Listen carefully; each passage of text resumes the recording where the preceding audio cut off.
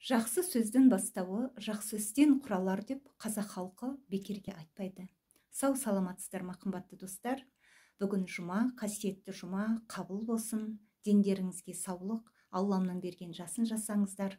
Бақытты, бақ-дәулетті, бай қуатты күндеріңіз, бақытты күндеріңіз мол болсын. Әрқашанда жолдарыңыз ашық боп, дұға тілектеріңіз қабыл болсын. Ендігі күндегідей Құран-ы Кәрім оқиық. Зухруф сүресі 25 пара 489 бет. Меккеде түскен 89 аят. Аса қамқор ерекше мейірімді Алланың атымен бастаймын. Ұғымын Алла біледі, ашық кітапқа серт. Расында түсінулерің үшін оны арабша Құран қылдық. Күдіксіз ол қасымыздағы негізгі кітап та өте жоғары, терең сырлы. Сендер шектен шыққан ел екен деп үгіт баян етуден айнып кетейік пе? Бұрынғыларға қаншаланған пайғамбар жібергенбіз. Олар өздеріне келген пайғамбарларды ұдайы мазақ қылды.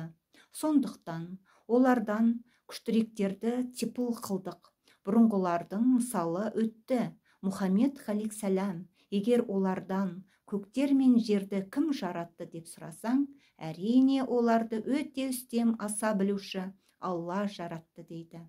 Сондай Алла сендерге жерді бесік қылды да, онда тура жүрулерің үшін жолдар жаратты. Мұхаммед алейхиссалам, саған осылайша әмірімізден бір рух, Құран уахи еттік. Сен кітап не, иман не білмейтін едің.